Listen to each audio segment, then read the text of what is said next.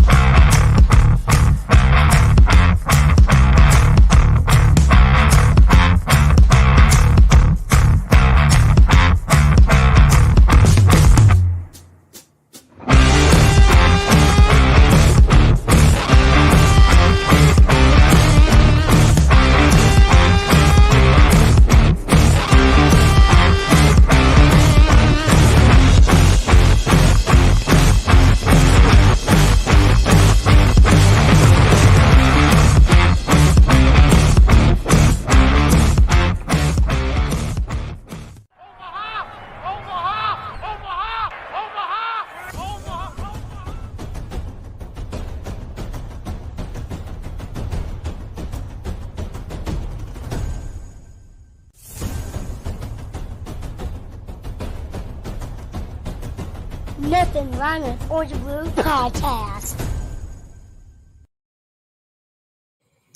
Woo! What's up, everybody? Welcome. We did it again. Welcome to the Nothing Rhymes with Orange and Blue podcast. Woo! Man, it's good to be back. It's good to be back. You know, I mean, I say that like we've been gone, but we had a show over the weekend. We had shows over the weekend, but you know what? We live for this, don't we, Jay? Absolutely. I mean, you know, you got to take a little rest day. Like I think in the time in between the game and now, you know, players have had a day off. You know, we're in the full schedule here of practice. I know we'll get to the injury report, but I mean, we're chugging away. Game day is almost here. Super excited, almost there. Yeah, have you had a good week? Yeah, not too bad. You know, just working away and I don't know, just consuming information, different perspectives on how Sunday shook out, and we'll get to all of it, but some interesting stuff about. Yeah, there's a lot to talk about. So hey, yeah. Well, you know what? I'm going to talk real quick. I had a great week. Yeah. How was your week? Yeah. How my week, dude. Not only did I interview for my dream job, I got hired by my dream job. That's right. Thank you. Very nice. Thank you. Oh, I feel so good. I love it. Good, and I got to kind of live the dream, in that, you know, everybody's always dreamt of just throwing it down and quitting. Yeah, that's what I did at my current job. Like, you got to live that fantasy. Yeah, I got to live that fantasy. I hadn't even gotten hired yet, honestly. I mean, I almost had, but I knew I was going to get the job. But the point was, like, things were falling apart there, and there was a big fallout. And I was like, you know what? I took off my badge, I threw it on the desk. I said, I am out of here. So, guys, those that know me, those that have been following me for a long time, I am no longer a 911 dispatcher. And I will, from here on out, be a medical quality assurance specialist for working. Thank you. We're doing quality assurance on medical documents for the VA. Mm. Medical billing, huh? That Not sounds billing, like a not ideal. Oh, that sounds like an ideal scheduling job as well. Yeah, it is. It's ideal, but it's not billing. It's what I will be basically when vets put in their disability claims. Mm-hmm. They go through all these processes. They see doctors and they get assessments and all this. The whole case gets put together in a file. That file then comes to me, and I go through it and I read it over and over, word for word, making sure that all terminology is correct. Everything is in there that needs to be, making sure that it's where it needs to be. And then I send it back to the VA and they can finalize it. Very cool. And then so I'm basically the last stamp. I'm the final stamp guy. That's awesome, what I'll be doing, man. and I'll be making more money doing it. I'll be working better hours, which means I will finally be home on Thursday nights, Sundays, and Monday nights. So I can finally watch all football in the gloriousness of my own home. Wow. Hey, I'll drink to that. That's and I get awesome. to spend more time with my family too. There's that. Good stuff all around then, right?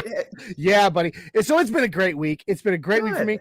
I don't start that new job for a little while, for a little while longer. So I'm actually enjoying some downtime. Yeah. So I had some time today. You can see I designed us a new background, which I think came out superb. Yeah. No, and you've outdone yourself on this one. Perfect alignment. You know what? One thing I've learned about graphic design is the devil in the details. Like, it's small little things that make a big difference. That's why I'm not very good at graphic design or art or things like that. Man, yeah, all right. Thank God for you for having the patience for those deets. Oh, that's fun. So, hey, guys, welcome to the Nothing Rhymes with Orange and Blue podcast. We always have a little bit of time to shoot it before we really get started. I'm your host, Johnny Baki. With me, as always, my cousin, my childhood best friend, Jay Dreamweaver Weaver. All right. We are a fan-led Broncos-based podcast. Okay. We are built by fans for fans. That's the most important thing. All right. We love being fanalists. We love it and we're good at it and we love sharing it with you. So please like, subscribe, share the video out there, get it out. Let's build the family. Get in the comments, get involved because we want to talk to you. We want your opinions, your thoughts, as much as if for whatever reason you decide you want to sit down and listen to us for an hour and 20 minutes. Yeah. So please get in there. Get in the comments and give us that. All right, Jay, master of merch, please, would you explain to us the beauty that is the merch store? Oh, absolutely. Absolutely here. So what's going to be happening, folks, is we've got a website here and we've got all these different kinds of categories. It's in the bio below. I mean, there's just so much stuff. I can't even describe to you all the things. I mean, pillows. Did you know we had pillows? I did. Oh, my goodness. I only knew though because I was the one that chose all the stuff we were going to be selling. Okay, well then that's cheating. But every other person, I'm sure their jaw is on the floor. So I mean, more things. I mean, if you want to bro out in a tank, we got those too. Well, you're not going to bro out in that first one if you're a bro. But, well, actually, it's a new world we live in, so I guess you could bro out in that first one if you really want to. Unisex. Yeah, there you go. We got tank tops, t-shirts, mugs, travel mugs, bandana for your dog, a stuffed teddy bear for your kids. I mean, come on, man, we got it all. It's your wife or your girlfriend something. Yeah, for real. Yeah. So yeah, guys, get you some swag. You will not regret it. It's high quality stuff.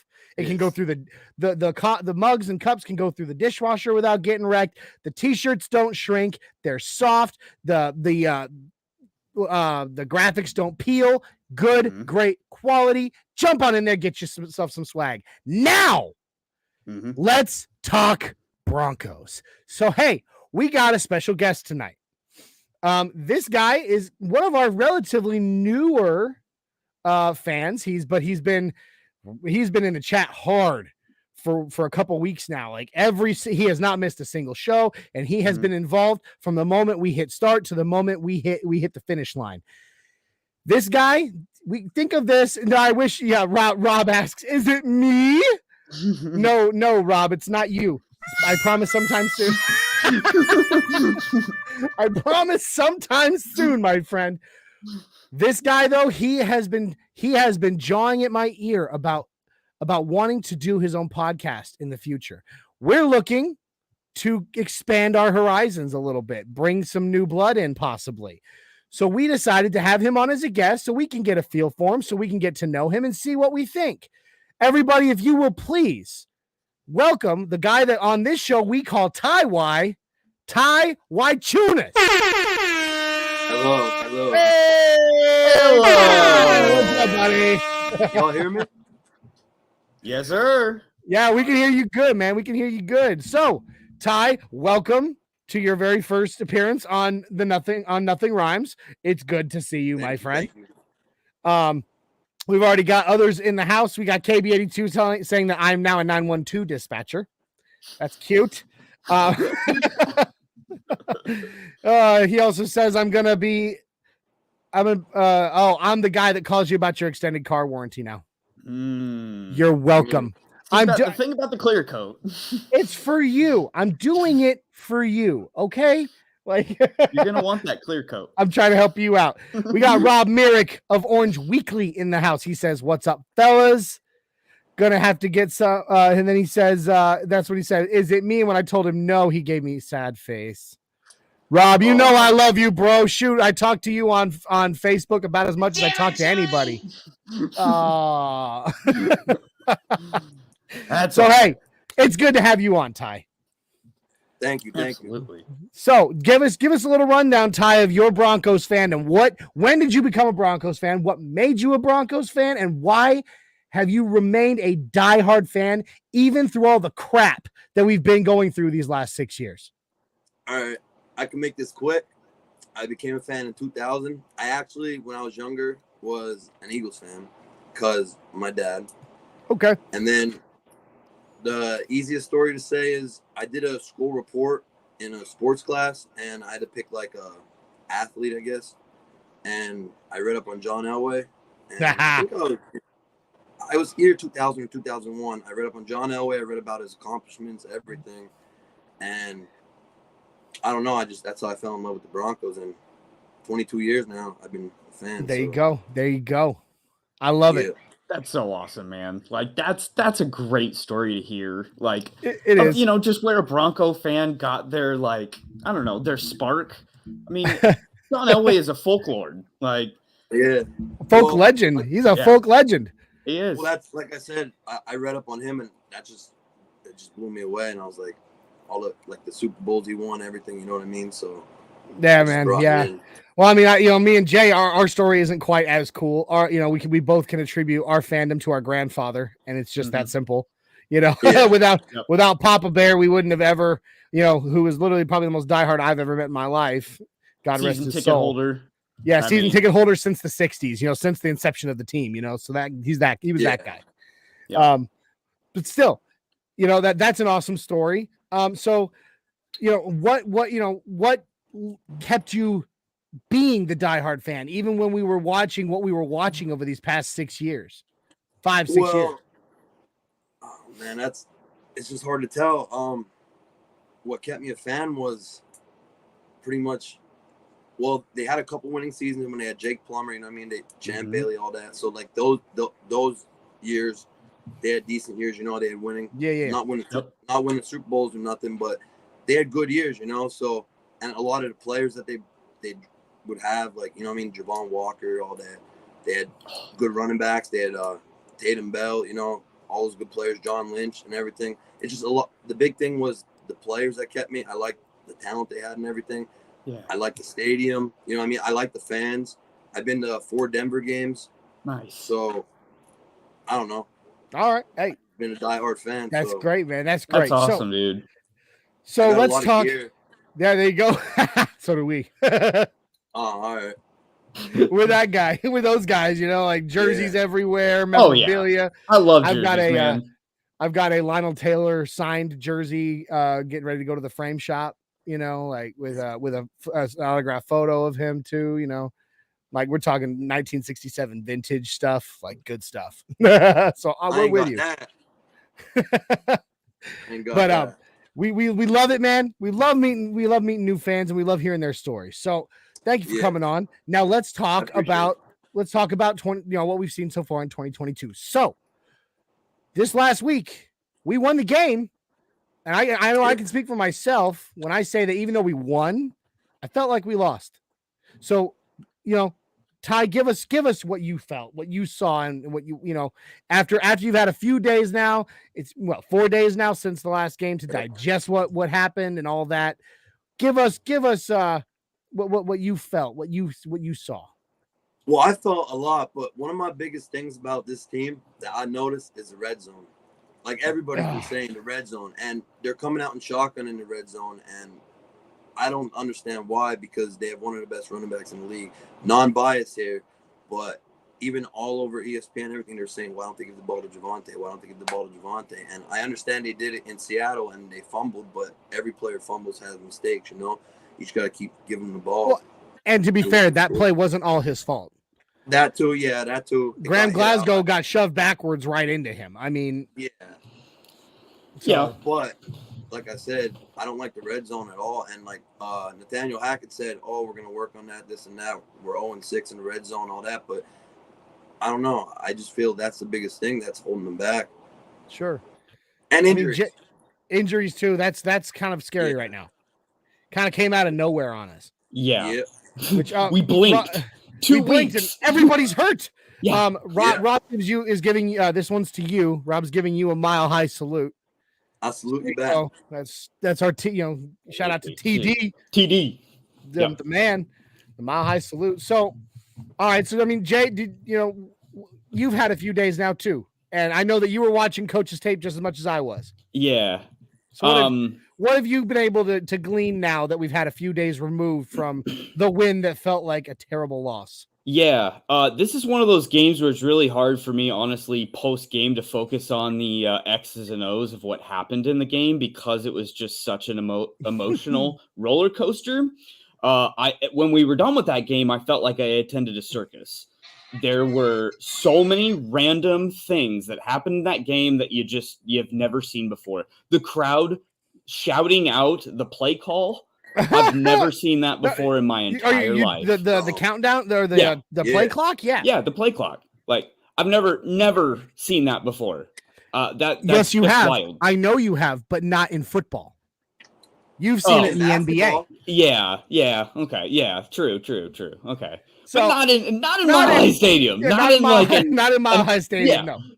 No. Just ridiculous stuff. I can't recall the last time I saw a team trot out a punt return team without a punt returner. Yeah. Check that one off the list. Like, oh my God, who had that on their bingo card? Which is kind of funny considering that is actually a big part of your audio bite for that's what he said today. Because the word of the day is flabbergasted, and I was flabbergasted all game long. Like, what the? All right, Jay. So far during this show, you've used emotional roller coaster and flabbergasted. Mm-hmm. And so now I'm going to ask you to stop being so much Jay and be a little more Silent Bob. Well, I've got my whole Rolodex of vocab words here ready to go. That's the one, by the way. That's the one that I thought of that I've never used on you in our entire lives. Yeah, that's it. I need you to be less Jay and more Silent Bob. Okay. That's pretty good, though. That's pretty good. I didn't catch that at first. That is good. That's nice. It. Yeah, so, that is good. No one's ever said that to me, too. And I've been a Jay my whole life. I know. Yeah. No, I'm just saying that's a thing now. That's a thing now. But so I have to agree with you. I mean, you're talking about clock management. Ty, you were talking about red zone. Yeah. Now I'm going to talk. Oh, go ahead. No, I didn't mean to cut you off, but also I don't know if you guys seen, but I don't know why Russell Wilson was doing this, but during the game he had the sideline calling out run or pass. You guys seen that? Yeah. I noticed it, and I was wondering what it was about. I don't know because I've never seen. I mean, especially somebody of his caliber, I've never seen someone do that. Well, he was trying to do that week one as well. So like Yeah, on the tape, they were showing him like, why are you guys doing this? Come on, get up and shout out the play call. Come on, Yeah. I don't like guys. that. Well, he marches to the beat of his own drum, and regardless of what we've seen so far, I still am adamant that Russell Wilson is not the problem. No, I love him. I got his jersey. No. Oh yeah, no. I mean, I'm not wearing mine right now, but I will be wearing it Sunday because for those in Broncos country who do not know, it's blue jerseys this week for Sunday Night Football. I've got my blue number 3 Russ jersey, just like Ty down there. I'll be rocking that on Sunday, baby. Woo! But here's what you're talking. Ty, you talked about red zone. Jay, you were talking about time management, game management, clock management, Coaching. Yeah. Just coaching. I kind of want to throw it up to a little bit of just communication issues, and not just the coaches, players too. Mm-hmm. Like they're not the coaches. It seems like the coaches are struggling to communicate with each other. The coaches are struggling to communicate with the players. The players are struggling to communicate with the players. It's like they have not. I have a firm belief that they're going to figure that out. That they're good. That all these things, soon, all of these things that we're sitting here talking about will be a thing of the past. We won't remember it. We'll be able to brush it off and be like, screw the beginning of 2022. Like. Mm-hmm. But right now, it's what is our reality. And if we want to do anything in this league this season, we've got to score more than 16 points per game. Yeah. And we haven't seen that in the first 2 weeks, which, again, it's only 2 weeks. We've got Nathaniel Hackett. He's getting destroyed on social media, in the national media. And he's got guys, he's got Kyle Shanahan. He's got Matt LaFleur. He's got, I think Sean McVay even had something to say. All of them in his corner saying, you guys got to give this guy a little bit of a break. This is not an easy thing to just jump into. Nope. And all of them saying he is going to shape up to be a behemoth play calling head coach in the NFL. And I believe that. I fully believe it. It just, we want to see it now. And that's the thing. I mean, maybe you guys can comment on this. And Broncos country, because of what we've seen for the past 5-6 years, we are so ridiculously impatient right now. Yeah. I am. We're pretty snooty when it comes to quarterbacks, hence why we've Can you blame us? We've had like 21 starting quarterbacks since Peyton Manning. Correct. Including butt fumble. Yeah. Including butt fumble. and Joe and old man Joe and he's in his prime. Well, I can't say that anymore. He threw for 4 touchdowns last week. Oh, that's me, right? Fangio me. Fangio you, Jay.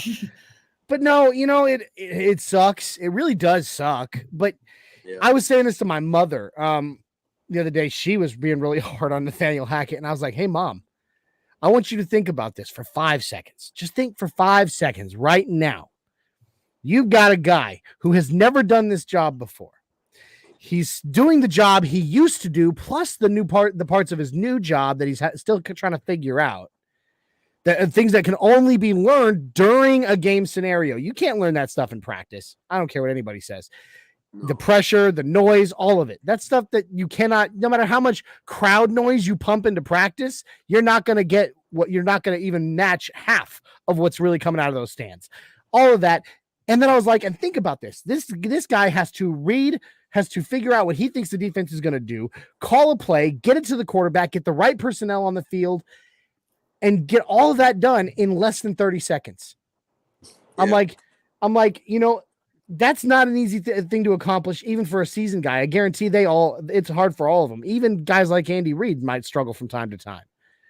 They do a little bit better at it because they've been doing it longer. Well, that's what I believe. Andy Reid has a reputation of not being a good time manager. No, he really that's doesn't. A known thing for him. But that's why, because he calls plays. He's way in depth into way other things that, frankly, are more important. That's why they're a successful team. Now, I haven't heard a lot of people talk about it this week, but do you guys think that Hackett could delegate a little more?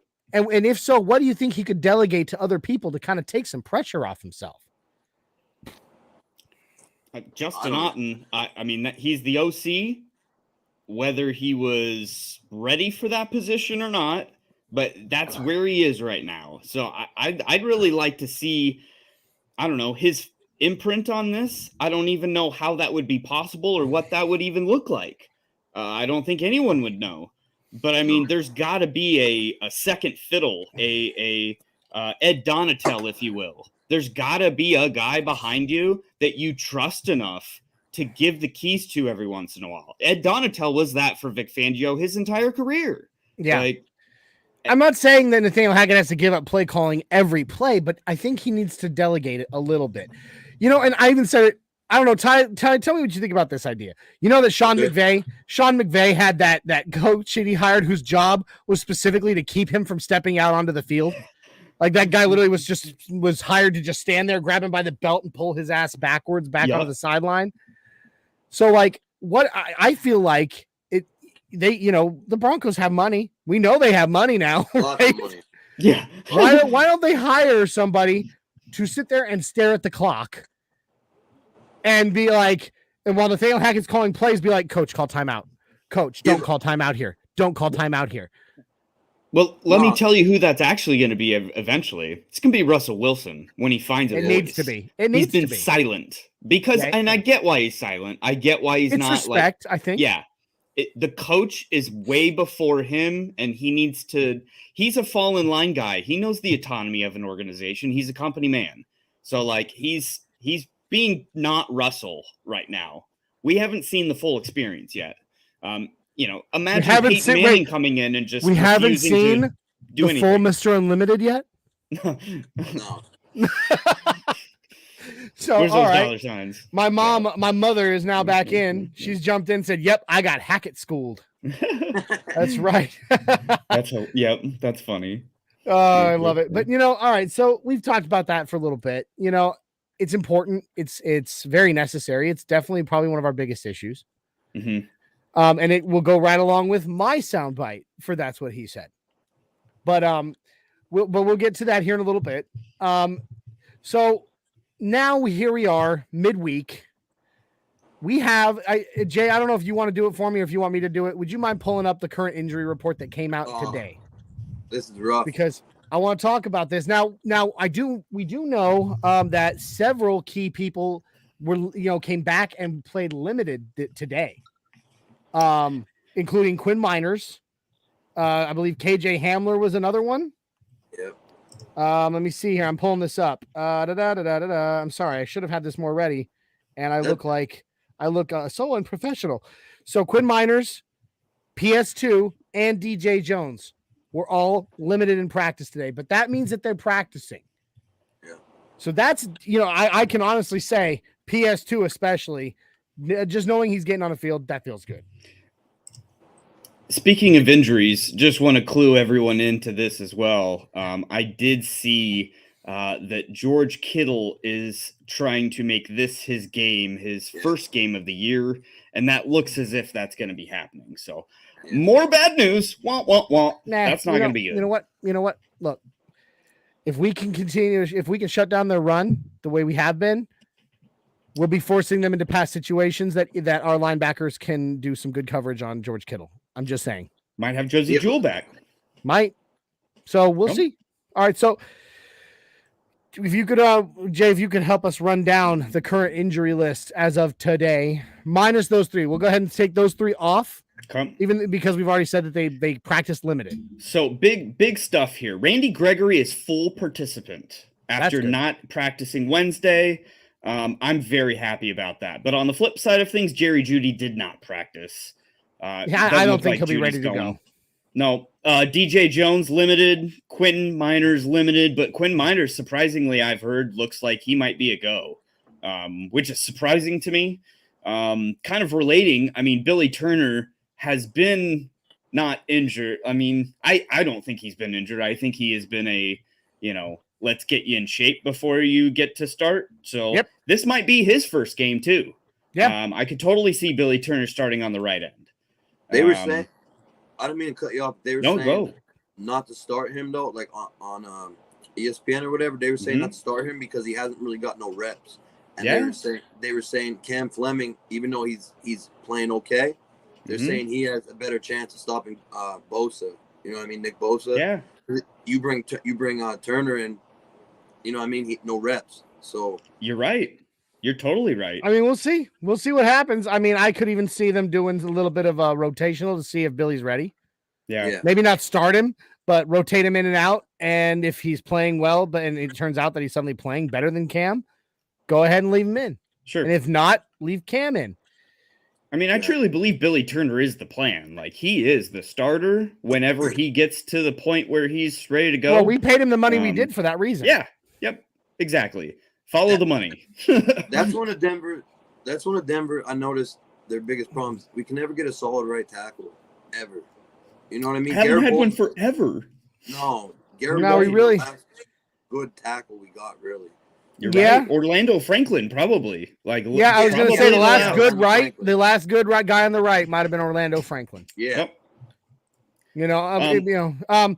Real quick, KB82 in the comments coming up with the silver lining to PS2's injury is that Damari Mathis played well and looked like a steal for where he was drafted.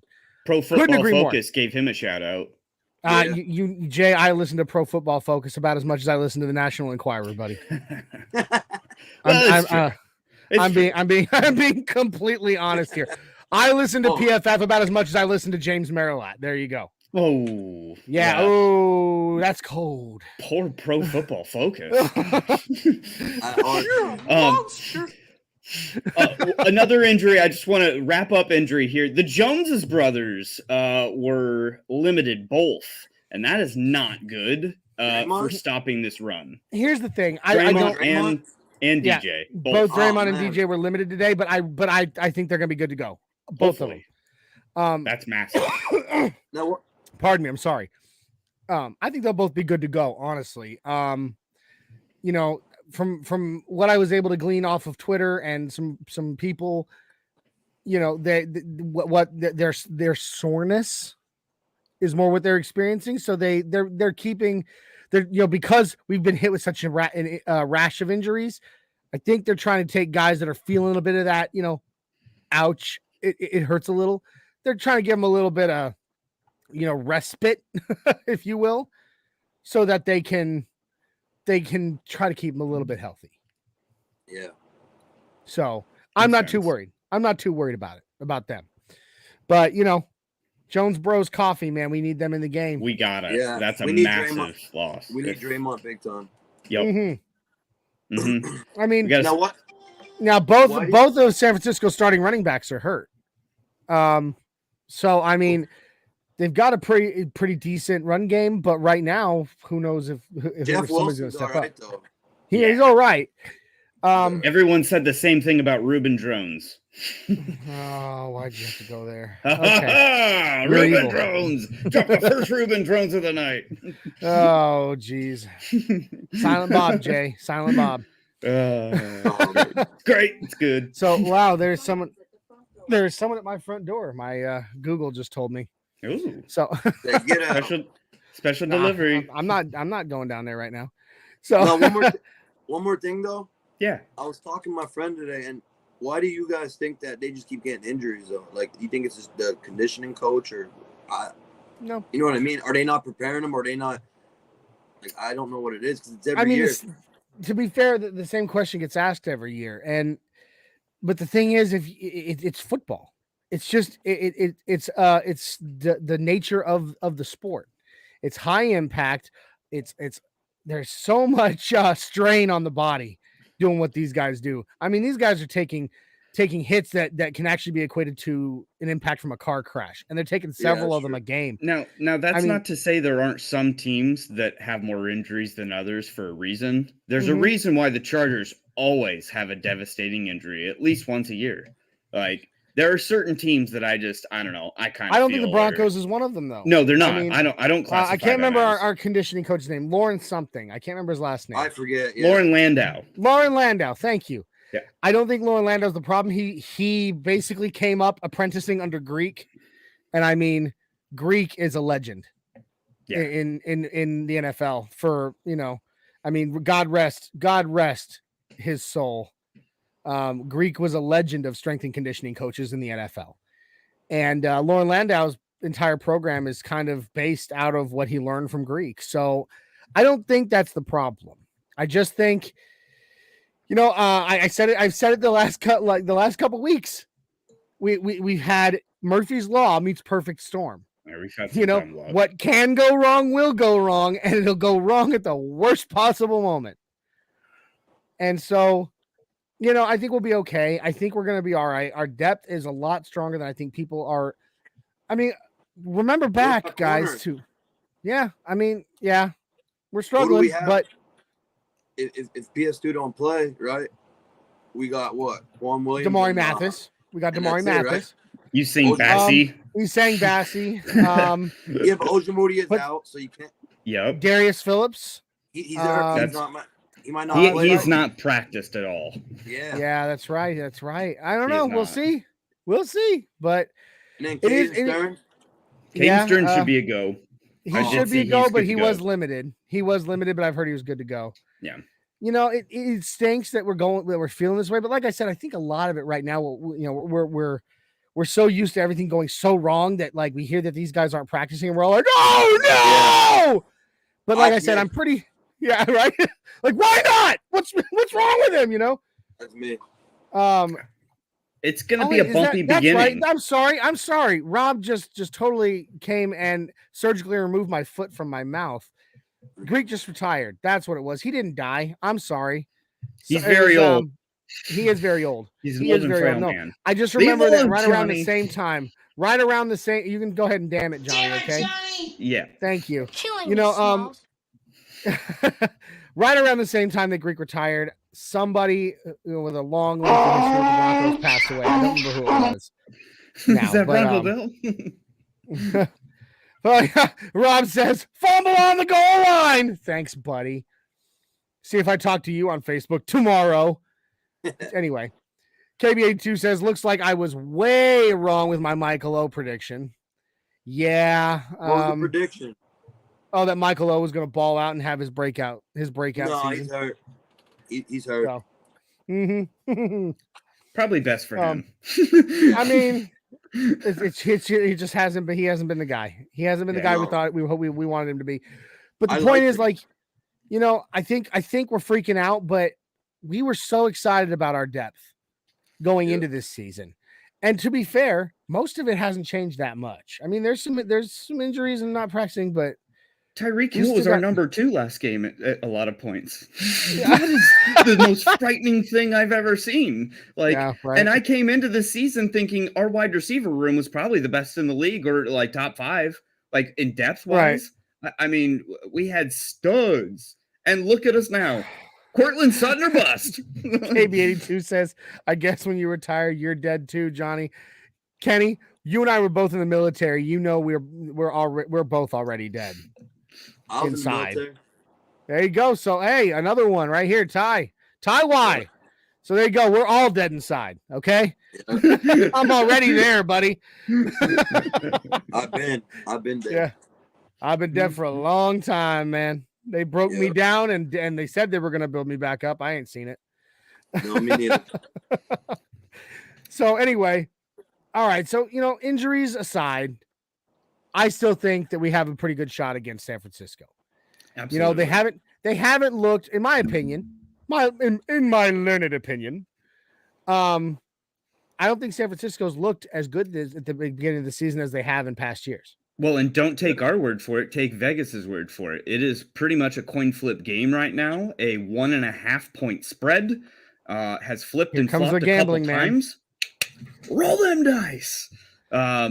But yeah, that's crazy to me. I would have thought, honestly, we would have been dogs against them, to be quite honest. I wish Trey Lance didn't get hurt and was playing, though. Oh, yeah. Me too. I mean, yeah, I agree because, we all know that Jimmy Garoppolo already has some pretty good chemistry with the players on that team. Yep. I mean, for crying out loud, somehow, Jimmy Garoppolo has managed to get them to the NFC Championship. Don't know how because he's Jimmy Garoppolo. But first regular season game for Kyle Shanahan in Denver. That's true. It is. Yep. Homecoming for Kyle. Maybe homecoming for Kyle. Yeah, maybe Mike Shanahan can sit right behind the bench in his Ring of Fame jacket, that bright orange jacket, and heckle his son for us. What do you think? Yeah. Boo! Boo! Ooh. You know, like Princess Bride, the old woman in the princess's dream. You know, boo, boo. Maybe he can help with the play call countdown too. Yeah. He can join in. 5. I mean, Kenny brings this up. He goes, "They lost to the Bears," but then he says, "Having said that, we lost to Seattle." Yeah, it's the NFL though. That was in a Anybody can win. too. Anybody can win any day. And to be fair, that Bears game against San Francisco, they were playing in a water park. So Yeah, that was splish splash. They were taking a bath. Oh, thank you, Jay. Now that's gonna be stuck in my head all night. Dun, dun, dun, Silent dun. Bob, Jay. Silent Bob. That's a thing forever now, by the way. Oh God. So, all right. So we're gonna go over some position, some guys on we're gonna go through the San Francisco 49ers. We're gonna talk about, their roster and who kind of gives us a little bit of pause, a little bit of nervousness coming into this. The heebie-jeebies. Mm-hmm. I cannot say that I'm actually that terrified of Jimmy Garoppolo, but at the same time, we've already talked about it. He has some pretty good chemistry, or at least enough to get him to get by. Playmakers. Yeah, he's got enough playmakers and enough chemistry with those playmakers to get by. Obviously, the next guy, I think you two would probably agree with me that I'm most worried about, Deebo Samuel. Number 1 on my list. Yeah, I'm actually more worried about Brandon Ayuk, honestly. I mean, Really? he's fast. Brandon Ayuk is fast. I had him on my fantasy team last year, and I did a lot of research on him. He's quick. But I think the reason I'm more afraid of Deebo Samuel is just because he is so well-rounded. There is so many ways they can attack you using him that it takes it to a whole other level. Well, I guess if PS2's playing, then I'm not worried about him. Then it probably is Brandon Ayuk. Honestly, I honestly think you probably, though, against Seattle, you're gonna have to play a lot of man. Mm-hmm. And in doing so, I don't think you're going to see PS2 lining up on Deebo as much because he's going to be a wide back. He's going to be coming out of the backfield. Yeah. You'll be seeing a lot more of PS2 on Brandon Ayuk. Yeah. So, I mean, obviously they can, they can see the play, call, change it up and go in, move into zone, and PS2 can pick up Deebo, but when they're playing man, I'm pretty sure he'll mostly be lined up on Ayuk. Looking at their offensive line, they've got Trent Williams, Hall of Famer. Hall of Famer. He's had a couple of bad, not a very good beginning though to the 2022 season. So we'll see what happens there. I mean, this could be his. He's given up several, but even more than sacks, he's just given up a lot of pressure. So I don't know if he's getting old. It's hard to tell. It's hard to tell with Trey Lance. I don't really take that for anything because he's a pocket mobile that sets himself up for sacks and pressure. So I don't know. The middle of their line's kind of weakish though. They got Mike McGlinchey on the other side. Yeah, Mike McGlinchey's on the right. Their tackles are good. Yeah, their tackles are pretty good. I think that guys like, especially Randy Gregory, because that guy has just been worth every penny. He has. Yeah. He's a showstopper. He really is. He just walks in and just dominates. Everything. Every practice. Every red cent we spent on that guy, I am thankful. 5 years. I know, right? That's great. So looking, he's very young. Obviously, the middle of their offensive line, though, their guard positions, their center, they're NFL quality. Yeah. But they're not anybody to write home about, in my opinion. Jake Brendel at center, Aaron Banks at left guard. Their right guard is Spencer Burford. I think though Burford might be hurt right now. I think Burford might be hurt. And if he is, I believe their backup is some guy I've never heard of named Nick Zakelj. Some young guy. We've lost Ty. He's no, I'm here. He's in complete blackness. We have a blackout. No. Is this a political statement? I'm here. We stay apolitical on this show, homie. No, I'm sorry. I had to mess with my girlfriend. No, I'm sorry. Oh no, you're you good, good, bro. dude. You good? No, You're I all don't good. care. I don't care. It was just funny. We do. Look, we rib each other on this show. That's what we Yeah. do. I mean, Keep it light, ultimate- man. the thing about this show, like, you know, this is kind of your tryout here, in a way.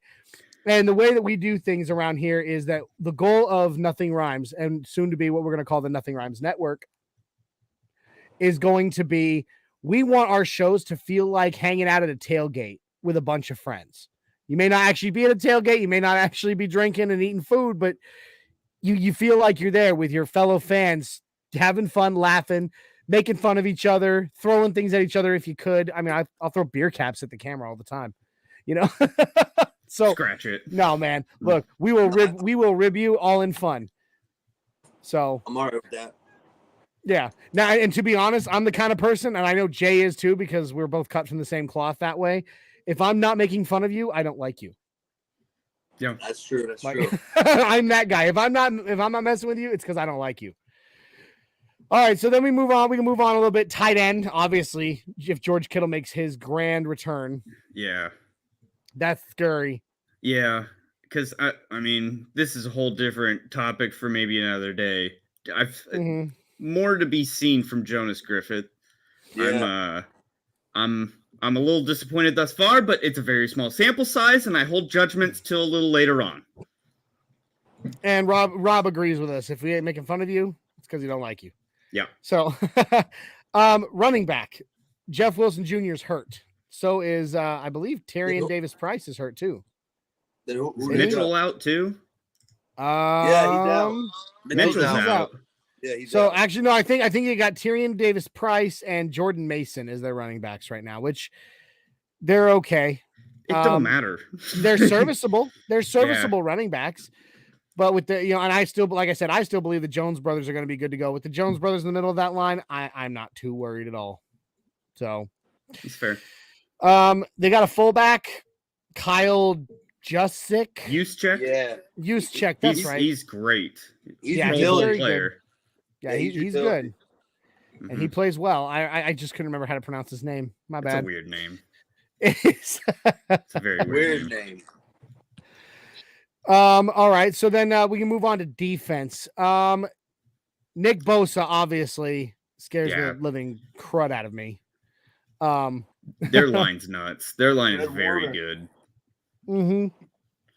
You know, you got Javon Kinlaw is very good. Yep, Fred Javon Warner. Kinlaw. You got Samson Ebukam, and which is funny. I never until I saw his name on there, until I saw his name in football, I thought I was the only guy ever to name my son Samson. I lose I again. guess. Again. Wah, wah, wah. Right. Where are those trumpets? Where are the trumpets? Where are they? Oh, poor guy. I It's all know. I'm pathetic. I should just leave.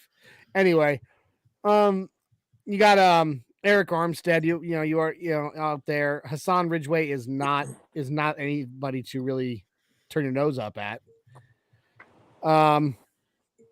You got let's see, where is it? Fred Warner. I was gonna say for a Mike linebacker, you got Fred Warner. For a Will linebacker, Yeah. you got Dre Greenlaw. He's no joke either. And then of course you get back into the cornerbacks. You got they got really the only one that really scares me in their cornerback position is Chavarius Ward. Yeah. He's very good. I know that they got an up and comer that they drafted this year. I can't remember his name, but and I'm not actually even seeing his name here, so Yeah. I could. Oh no, sorry. That's their strong safety, Talanoa Hufanga. Out there That's looking like You've Yeah. practiced that. That's a toughie. yeah, no, yeah. That's like all the fools trying to pronounce Alberto's name. I can't even say that. Right. That's funny. No, That is good. he actually reminds me a lot in a lot of ways at strong safety of Troy Polamalu. Troy Polamalu. Thank you. Yes, and the name too. You know. Yeah. Oh, We got, but you got to remember though, we got Quan Williams too though. Yeah. He was 49er, so he might be able to help out. You know what I mean? yeah, and so was DJ Jones. So Yeah. I mean, DJ Jones too. Very so. true. we poached some very potent players. That's right. Yeah. How's that for alliteration, Jay? That Poached some PP. potent players. PP. Speaking of PP, today, You got to? first day of training camp.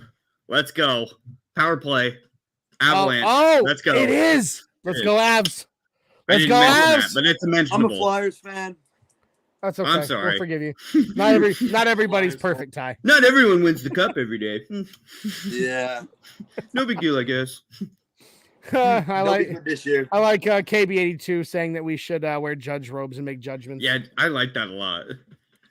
The honorable, but we have to wear the powdered wig too if we do it. Oh, absolutely. Do I get my own powder my gavel? whole face. Do I, The honorable I'll do the guy. whole thing. If I want Wait. wooden teeth, I'll go find them. do I get my own gavel? Yeah, Like, that'd be terrific. I want a gavel. Fun fact: I have a judge's robe. Really? Nice. Halloween Yeah. costume? Yeah, from like Or role playing. 15 years ago. There you go.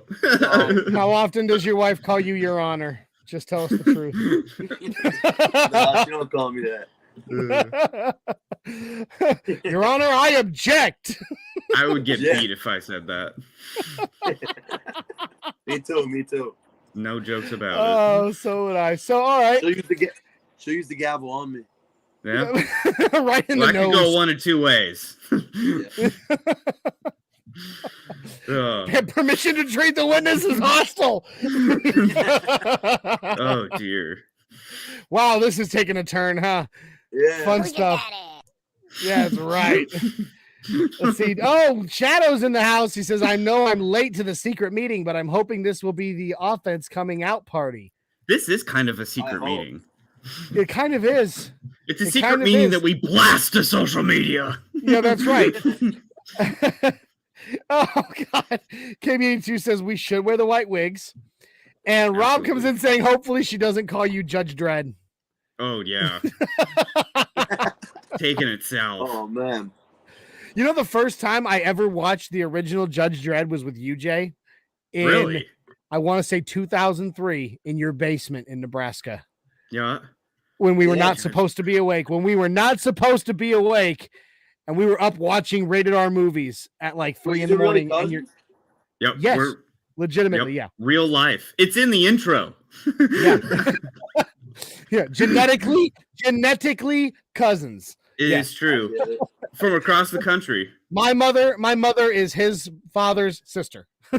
So yeah, but yeah, we grew up. We were born a year apart. I'm the oldest, and we were born a year apart, and we grew up probably the first 8 or 9 years of our life right down the street from each other.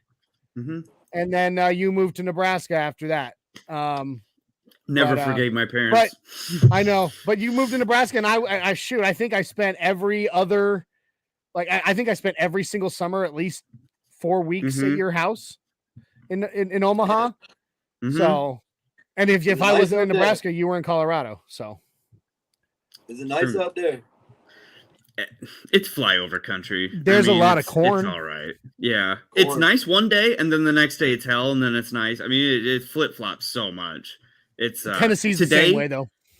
Yeah. Oh, yeah. That's true. That's true. Pennsylvania too. Yeah. Although we actually have beautiful, hills and forests instead of corn Yeah. and corn. Corn syrup, corn butter, Corn butter, corn pie. Yeah, everything. popcorn. hmm Popcorn. Yeah. On and on and on. Shadow Jack, absolutely. Husking corn, Husking although corn. I am an anti-husker. Thank God Almighty. Oh, you're not so- a Cornhusker.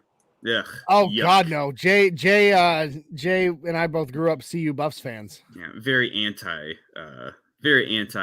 Husker. I've been the black sheep most of my time here. Yeah. Gotten used to it. It's all right. We still love you. Bubba Corn. Bubba Corn. Yep. That's about it. Corn company here. Yeah, Rob coming back with the Judge Dredd. I am the law. Love it. And you know what? Shadow says the remake sucked. It was the rated, and I'm gonna. You know what? I actually enjoyed the remake. There is no good remake of anything. It wasn't the original. I'm not gonna sit here and say that I enjoyed the remake more. Oh, that's 2, by the way. I'm not gonna say I enjoyed the remake more, but I did enjoy it. Maybe it's just because I really, really love Carl Urban. I don't know. So unacceptable. Whatever. Again, Silent Bob, Jay. Silent Bob. That's a thing forever, by the way. Forever. Until the day we die. Silent Bob, Jay. I guess. Just leave it to after hours here. Nothing rhymes. After hours, nothing rhymes, and shit hits the fan. Oh my god. I can be a little more lenient because the kids are in bed.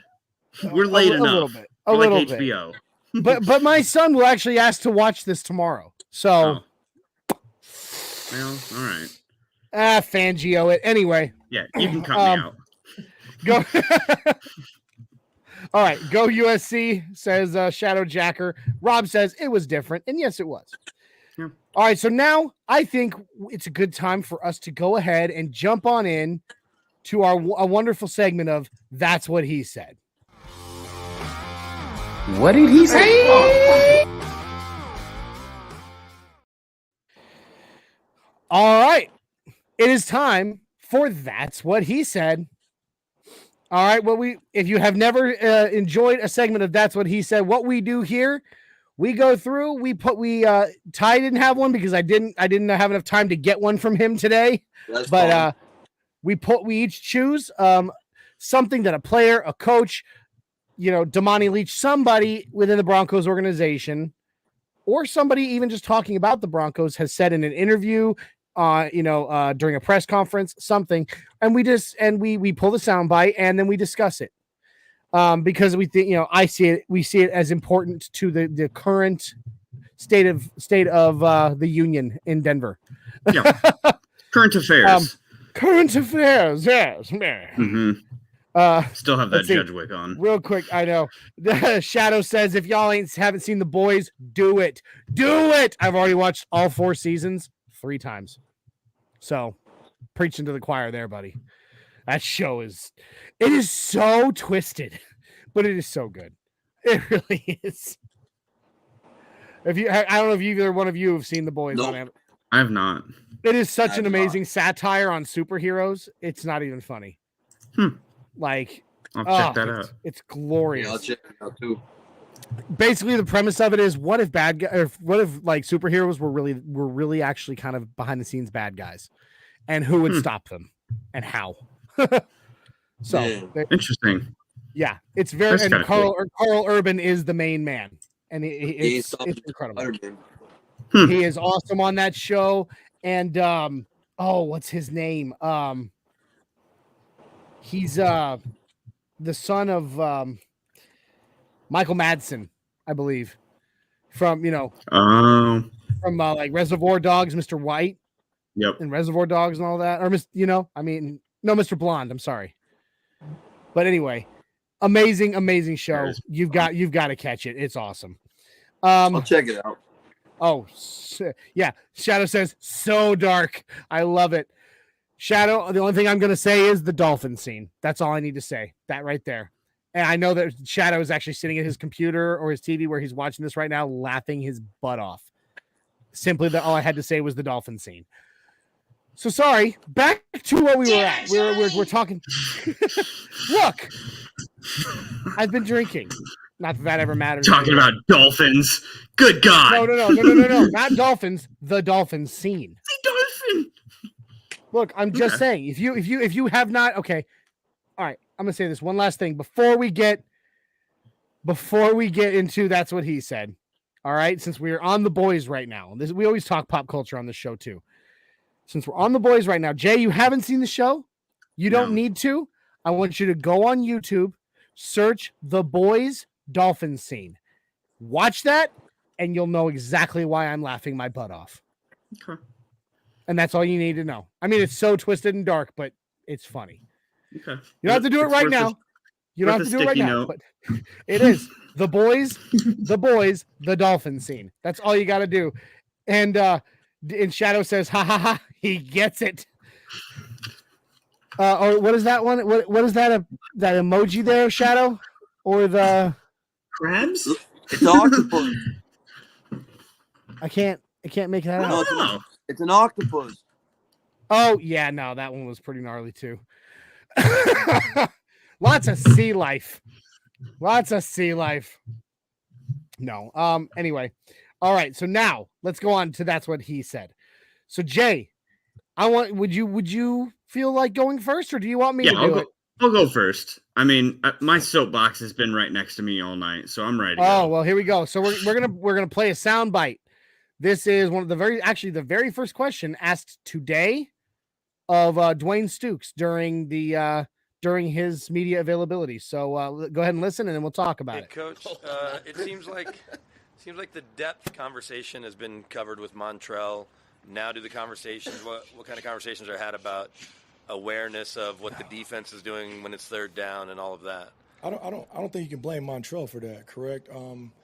And there's no disrespect by this statement to the defense, but we made a big play on defense. We got a sack, whatever the case may be. They celebrated a little longer than we anticipated. Houston got their punt team on the field with urgency, and the clock was going tick, tick, tick.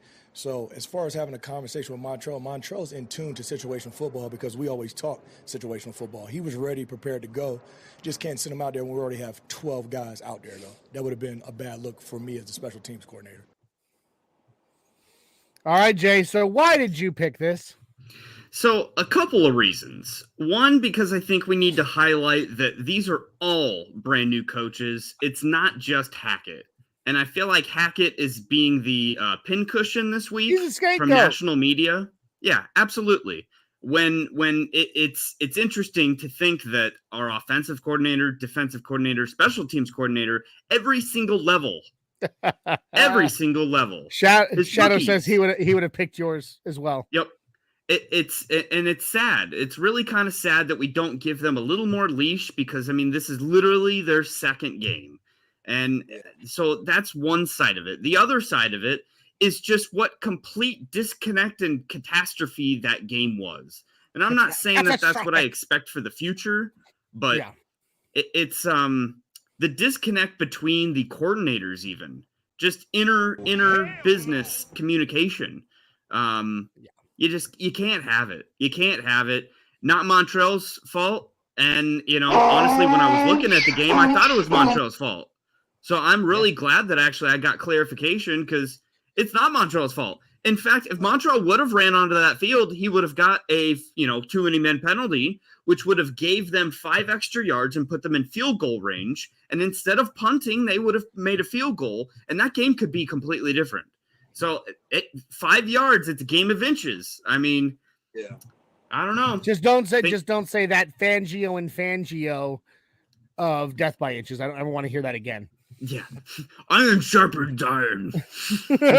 hey, I loved iron sharpens iron. Okay, all of that is just so motivational. That's biblical. Postery. Okay, that's biblical. Okay, that's in the Bible. Yeah. Read your Bible.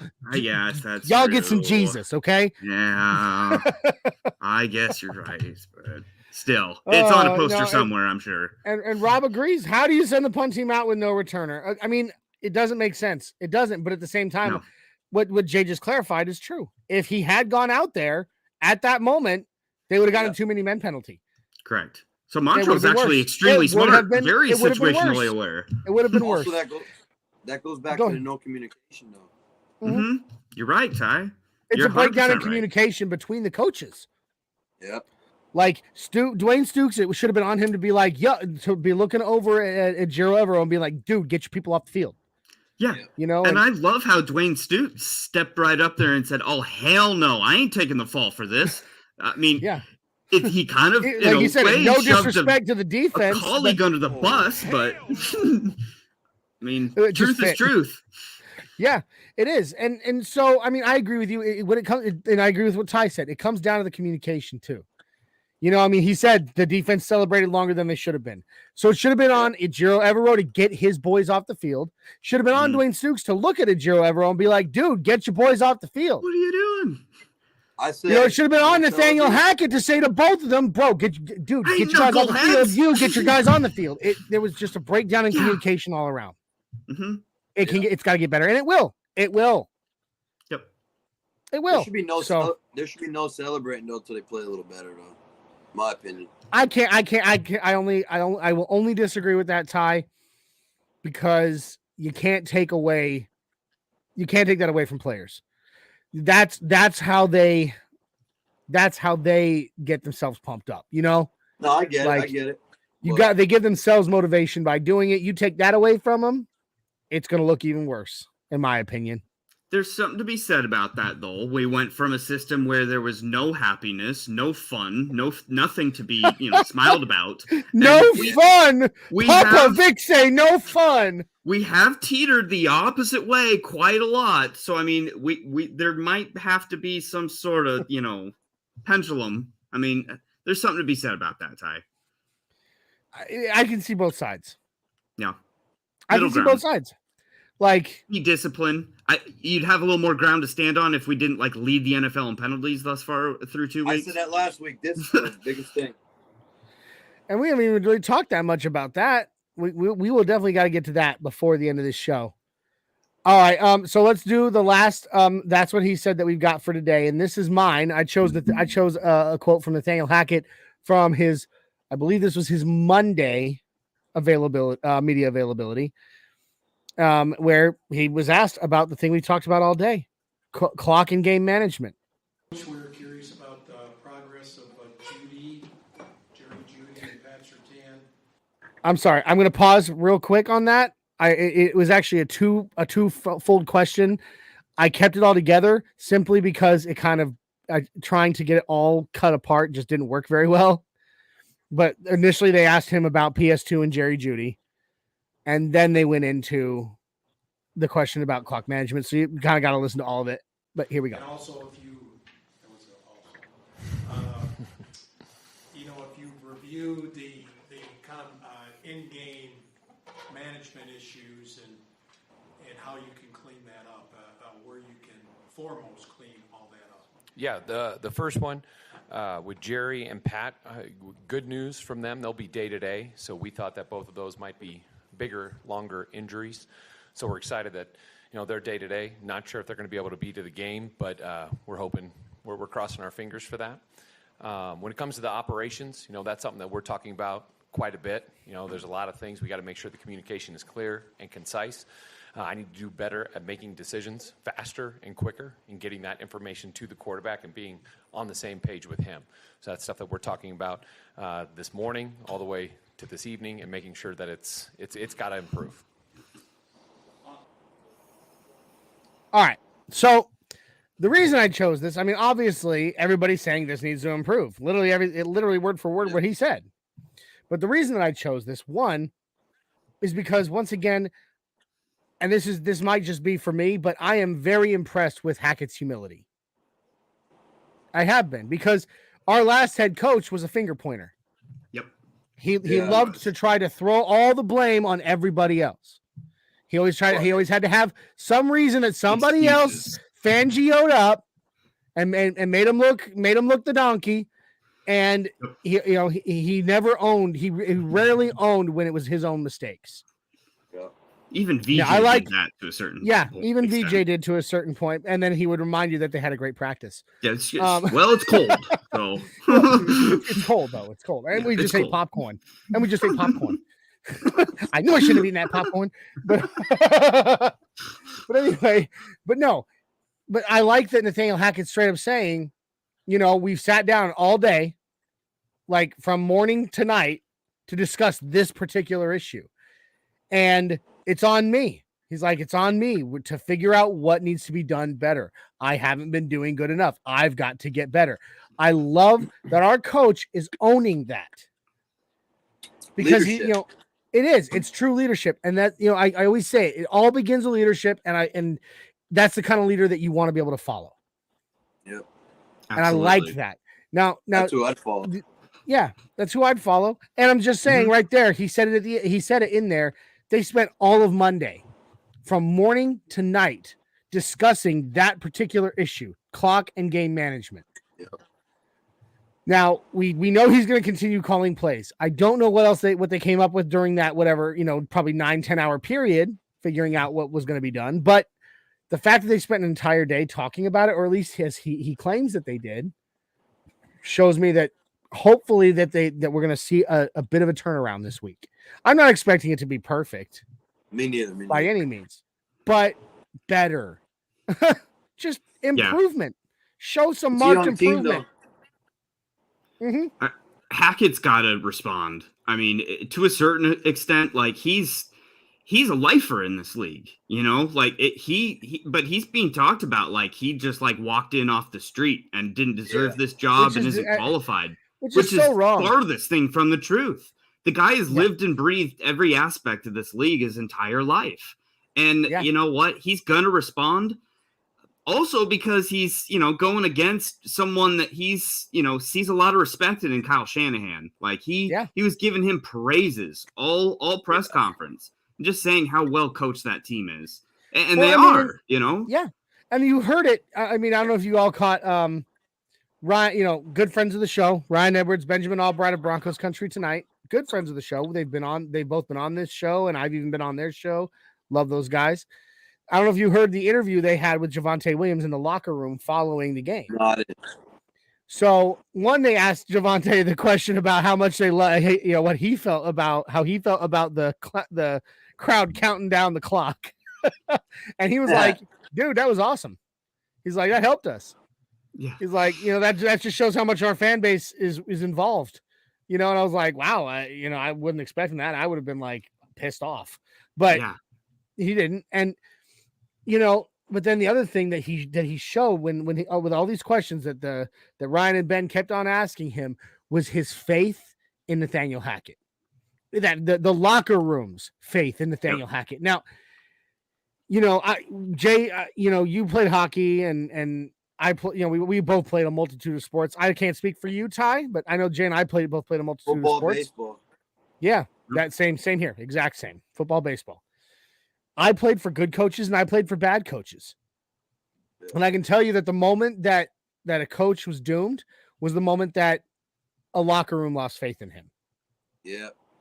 The moment the players had no faith in who he was or what he was selling, that's when it fell apart. Truly fell apart. That's not the Broncos right now, man. That's not the Broncos. They have all the faith in the world in that Nate's going to figure this out. So, and I believe it. I believe it too. Yeah. Pardon me. Oh, we lost Ty. Uh-oh. So we'll keep on rolling. If he comes back in, we'll throw him back in. And if not, it was great having you on, Ty. But anyway, that's why I chose that.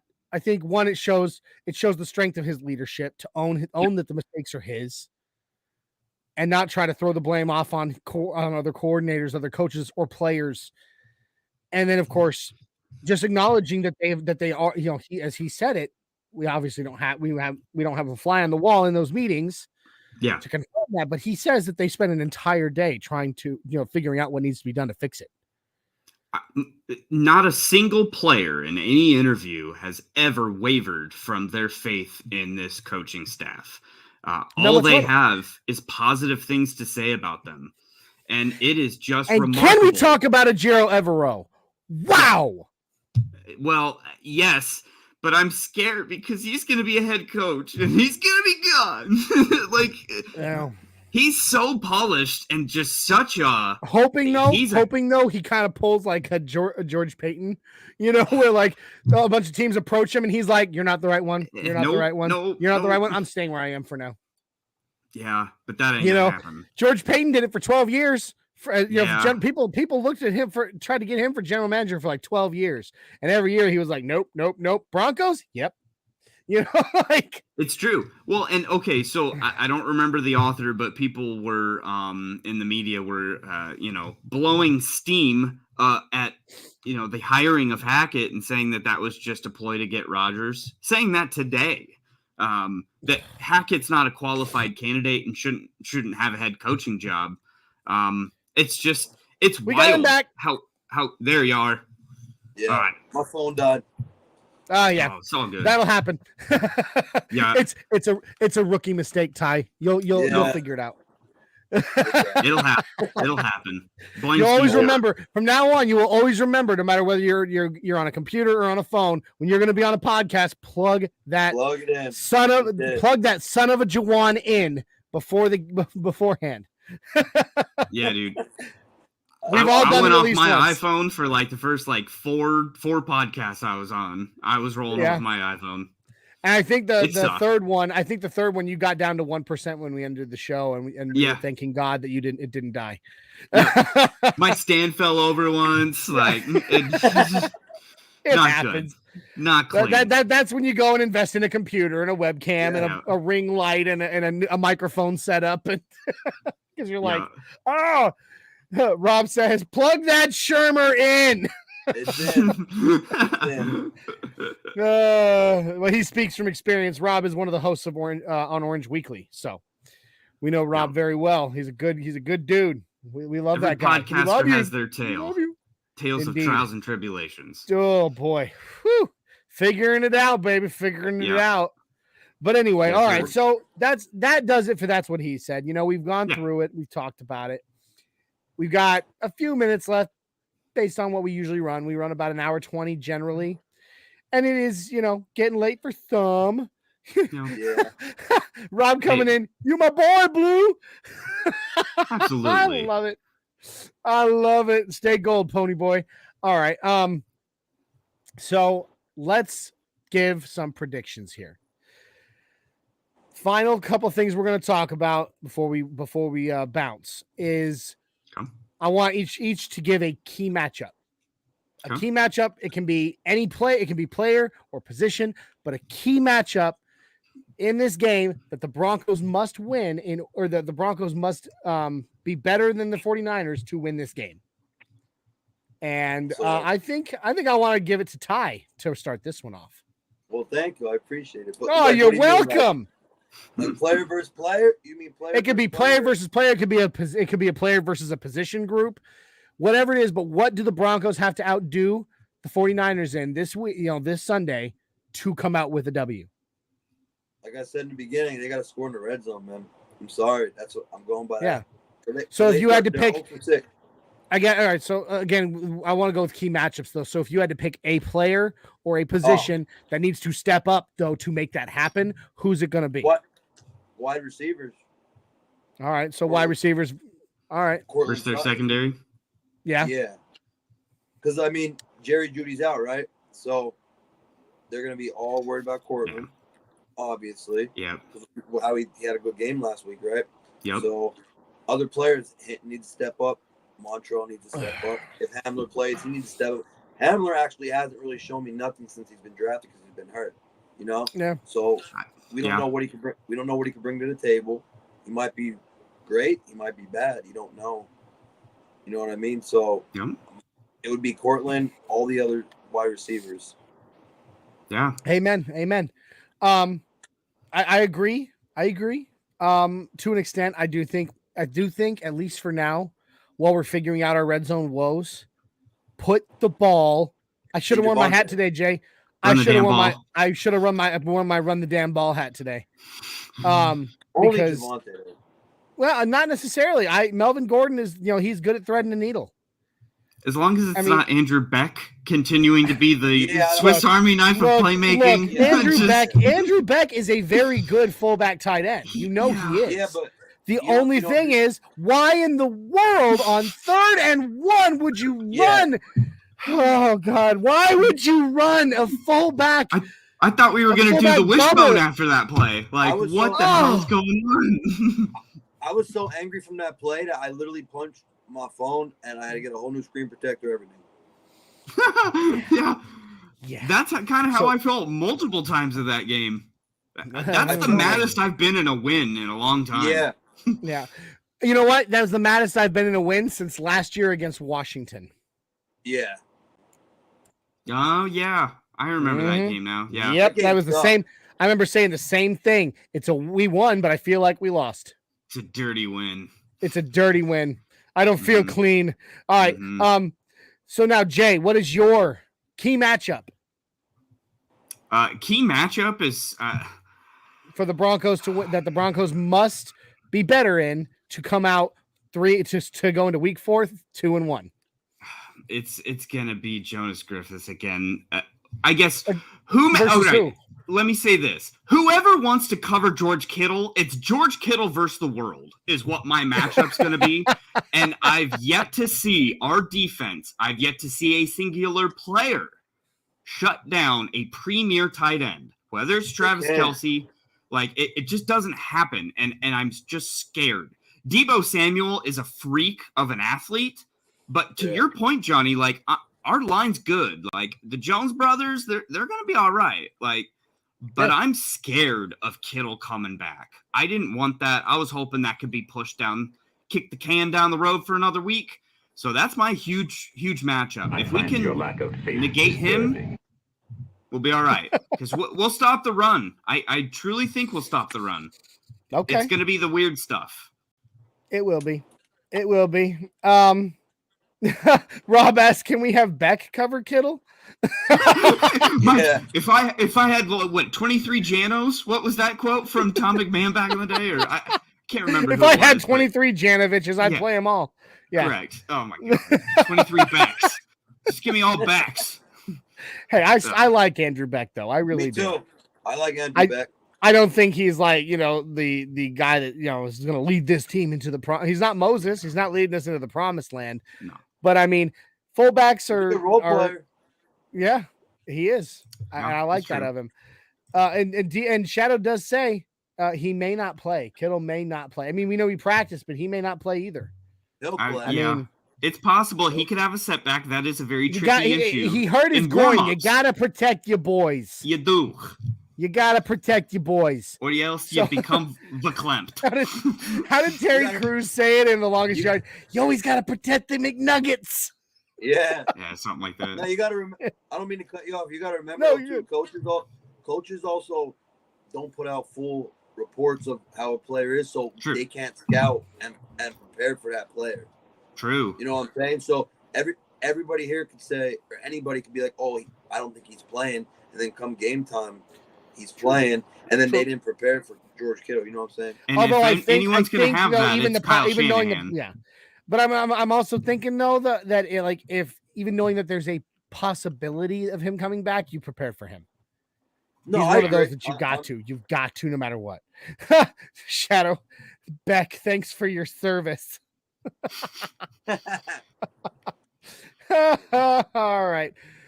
So my key matchup on this one is going to be Javonte Williams and Melvin Gordon. I'm going to go Javonte Williams. Javonte Williams versus the interior defensive line.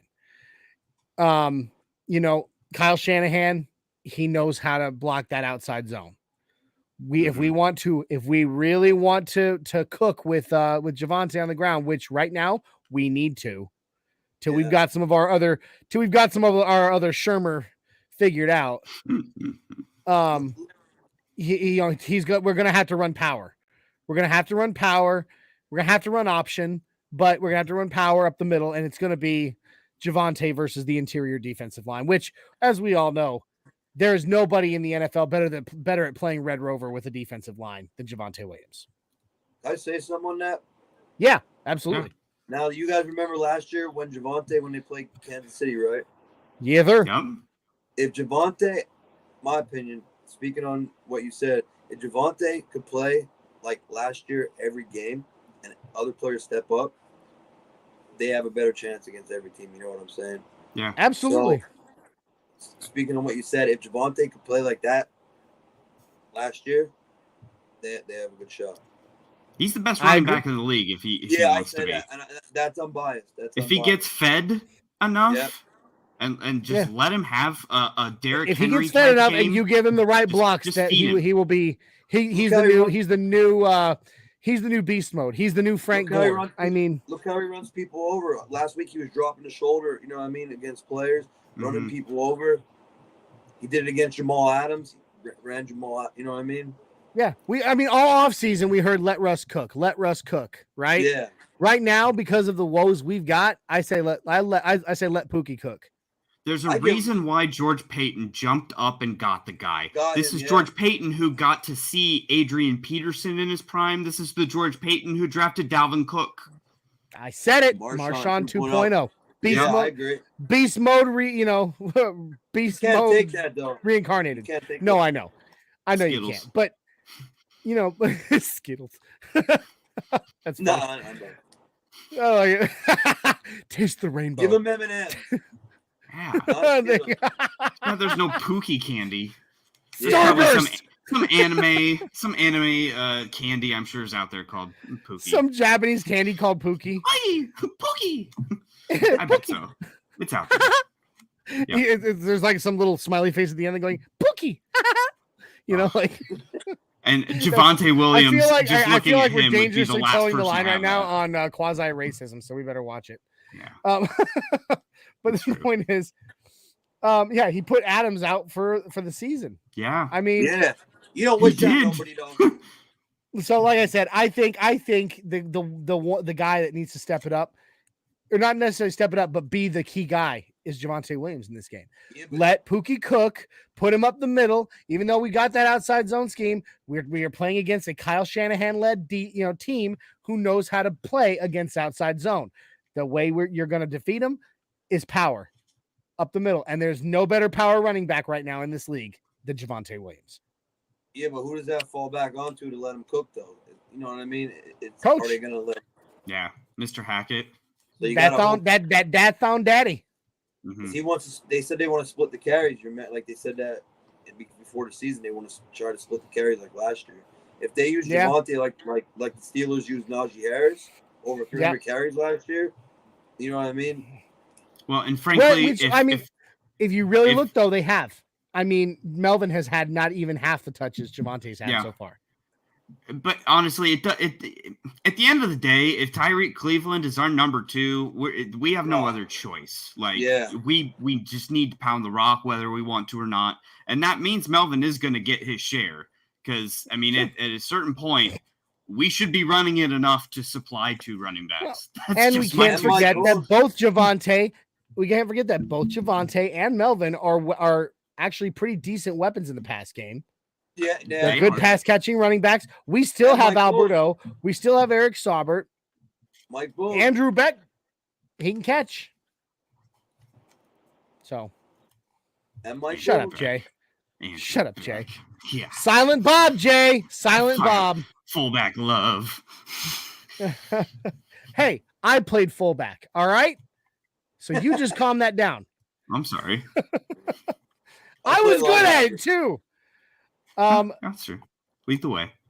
I was good at it. Okay. Left side, strong side, says Rob. I love it. That's right. And then he said, and then the shadow says, who's starting, Fleming or Turner? Fleming. Fleming starting. I believe it's going to be Turner. I think it's going to be Turner. Ooh. I do. I'm making it. I'm still going on my take. Not. I mean, I think it's his job, and as soon as he quote unquote is conditioned, he's stepping in. Yeah, I mean, I believe he will. I just don't believe he's ready. Yeah, me neither. And I don't think we're ready for him to either. Yeah. So that's what I said earlier with Nick Bosa. I don't know if he'd be ready to, That's a hell of a first game. Yeah, going against Bosa. I didn't think of that. Yikes. You might be right. That'd be scary. He might start though. We don't know. Yeah. I can still see him be on a pitch count. It doesn't mean he's going to play the entire game every snap just because he starts, but he is the starter. So, I mean, I correlate that to basketball. If you're a starter on a team, you're starting. It's a pride thing. It's like a label. It's not even like, a bench player plays more minutes than a starter. It doesn't matter. He's a starter. Stupid. It is. They really can be. Last one that I want to, last ones I want to bring up here. Rob reminds us that Andrew Beck had that crazy one-handed catch against Seattle. Yeah. Which he did. Are Beck drunk here. Just so No, much Beck love all tonight. I think he's better than you give him credit for, cuz. Yeah. I like Beck. Yeah, it's true. I mean, he's Hackett good. said he's full. So he was good at Texas. Yeah, he was. So good tight end. We'll see where it goes. Look, last thing we're gonna do. We're gonna give a winner and score prediction. We will do on Sunday at the during the Get Bucked pregame show. We will do our bets over under the spread, all that. Johnny, what time is that Get Bucked game day show? Yeah, the Get Bucked game day show. That's right. Is actually now we can, right? We're going to be doing an actual pregame show now instead of doing it in the morning because no longer have a conflicting work schedule. Jawans. That's right. Yeah. Think of that. So it is a pregame now. It is a pregame show now. So we will be able. So the game is supposed to start at what? 6:15 Mountain or so. 8:30. Yeah, or I guess 6:30 Mountain. Yeah. Yep. So 6:30 Mountain. So we will go live at we'll just say 5 Central. Or no, sorry. No. Going back. 5 Mountain, 6 Central. Let's get this ladder 6 Central, we go live. All right, so we're going 7654. 7654. Absolutely. The Get Bucked game day show will go live for an actual pregame show because we can. Absolutely. Mother Fangio and Jawans. Mm-hmm. That's right. That's right. Be good. D-Rock, I'm getting bucked up for show. Oh yeah. And don't forget another late one here. Boy, we've had a string of late ones, including the preseason. Whew. Yeah.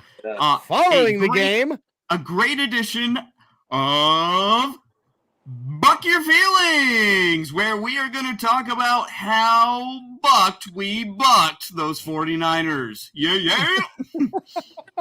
Super excited for that.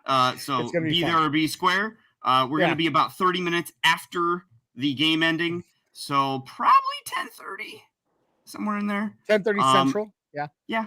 10:30 Central. So we're going to go with 11:30, 10:30, 9:30, 8:30. Perfect. Thank you very much. Perfecto. And señor. Mr. Isaiah Henderson, my main squeeze, will be on the other side. He will be. He was my main squeeze first. That's true. This is true. And Johnny, I mean, you will probably be joining as well. I'll be on both of them. Yeah. So you'll get the whole trifecta here, people. So I'll lead the ship. Rob asked what if we are too lit. We plan on it. There's that, but honestly, I don't know if my liver is made of titanium or what. It takes so much alcohol for me to get that lit, and I can't afford it. So I can't afford as much. I cannot afford the amount of alcohol it will take for me to be that lit. Let's put it that way. Isaiah was drinking a bottle of whiskey bedside on a preseason game, so God forbid, let's see what's going on regular season. Well, I mean, he was also holding that bottle of Jim Beam real close during the Buck Your Feelings post-game show after Seattle. So that's right. Yeah. Yeah, there you go. Thank you. I love it, Shadow. There he says it. The liver of a Viking. Hey. That should be a tagline somewhere or on a shirt. I am the Broncos Viking. So let's get that in the merch shop. Which, by the way, last thing I want to talk to you about this week, I've started making my my game day attire. You ready for this? Wow. I've got these bull horns that I'm making spray painting with like a fade of orange and blue. Oh dear. And then I'm epoxying pins into the base so I can secure them to the sides of my hats. So I can just wear a Broncos hat but have Viking horns. And then I've got a shield and a double-sided berserker axe that I'm going to have like Broncos logos all over. Huh. And my beard I'm gonna have the blue war paint across the eyes. My beard's gonna be orange and blue. I mean, I am going all out for Broncos. Vikings. I was gonna go in a plain white T-shirt. You would. All right. No. So, guys, this has been fun. Ty, Yep. this has been a great show, buddy, and it's been an honor. It's been awesome having you. I would definitely say, you'd make a fine addition to any podcast. So I just gotta talk more. But I open up. Hey, you'll get there. Yeah. You'll get there. It takes time, man. This is what we do. We've been doing this. At least I've been doing this a long time. So you have. Yep. Well, so you meant, look, even Shadow right here, giving you a round of applause. Thank you, That's thank right. you. Yeah. No, but so what made me, I didn't mean to cut you off, but what made me like want to do podcasts, I on a Facebook group for Denver Broncos, I actually streamed the game from my phone for hundreds of people. And Nice. I talk during the game, like when there's commercials, talk to the screen, to people, the comments, whatever. And they all told me to start a podcast last year. You know what I'm saying? So, because I would talk about like stats, everything. And then I'll talk an hour after the game's over. Like, about the game. That's exactly what led me and Isaiah to start Nothing Rhymes. Was that we would sit there and talk Broncos football all the time, and people would constantly around us say, "You guys should be like on TV or something." And we're like, "Well, I don't think we're getting there, but we can start a podcast." So we did. That's how it started. Yeah. So That's awesome, you had a great first show. It's been a lot of fun getting to know you in person. Like I said, we've been jawing on Facebook and everything for a few weeks, man. But it's actually nice to meet you, get you to be a part of it. It's been fun. Rob says, I just like drinking and love the Broncos. Yeah. So I love drinking and I love the Broncos. So I don't drink. I'm sorry for you, buddy, because I'm going to tell you right now. I don't drink. It's going to be a blast. That's why I got my zeros here. There you go. Yeah, got to remind y'all. There you go. Hey, got to remind y'all that if you are planning or you're trying to figure out a game to go to anywhere, somewhere in the country, if you have not already decided and you're looking for somewhere that may not be Denver, come to Nashville for the Titans game the Broncos Titans game on November 13th. Myself, Isaiah, and Jay will all three be there, tailgating, eating, drinking, and podcasting live from the tailgate. Meet up with us, hang out, jump on the live show, sit down at the mic, get crazy, have some fun. Then we go in that stadium and we watch our Broncos stomp the Tennessee Titans. All right? That's what's going to happen. The way they played Monday, anything could happen. Right. You're right. So, just wanted to remind everybody that now we really do need to get out of here because we're train. Wow, I heard that. My boys would be going nuts over that right now. Oh my God! We have one that runs past our house 4 times a day, so my boys all do the same thing. Yeah. Anyway, guys, thank you for joining us for another fun episode of the Nothing Rhymes with Orange and Blue podcast. Again, to remind you, please like, subscribe, share. Guys, get it out there. Let's build this family. We're a fun family. Everybody wants to be part of this family. They just don't know it yet. It's up to you to make sure that they figure it out. All right? Even if they're not a Broncos fan.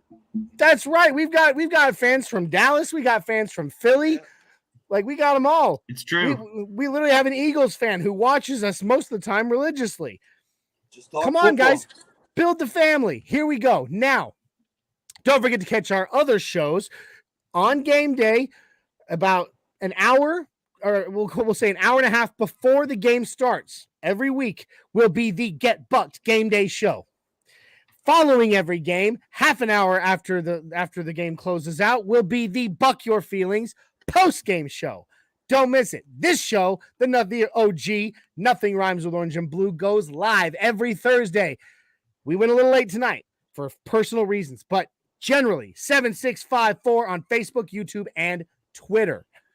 Don't miss it. Share it out there, guys. We love you, Broncos Country. We love you, NRW Crew. We love you, Ty. Thank you for being, for joining us. Yeah, it's man. Been a blast. Thanks for being here. And there's a great chance there's a great chance that sometime in the future, the Nothing Rhymes Network will have a show featuring Ty Tunis. Ty Y's fine. That's we always give nicknames on this show. That's where Jay got Dreamweaver. Isaiah got Pookie because he made the mistake of telling everybody he hated the name Pookie. And so, Bad mistake. Yeah, big mistake, bro. You should have known better than that. So now, please, guys, if you would join me the way we always end this show with a big mile high five, which started right here on the Nothing Rhymes with Orange and Blue podcast. Please put your arms out with me as far as they will go. Get ready, and when I say so, you clap your arms as high above your head as you can when I shout it. Are you ready? Yeah. Mile high five! Woo! That's it. That's Ty's first one. He'll get better There it at it. is. All right. Tally it up. That is the mile high five. Our goal is to get it done in the stadium. There you go. Our goal is to get that done by the fans in the stadium at someday. So we're gonna get there. We're gonna get there. All right, guys. It's been a blast. We thank you for your time. We will see you on game day. Don't miss it, guys. Thank you, Broncos Country. Let's ride.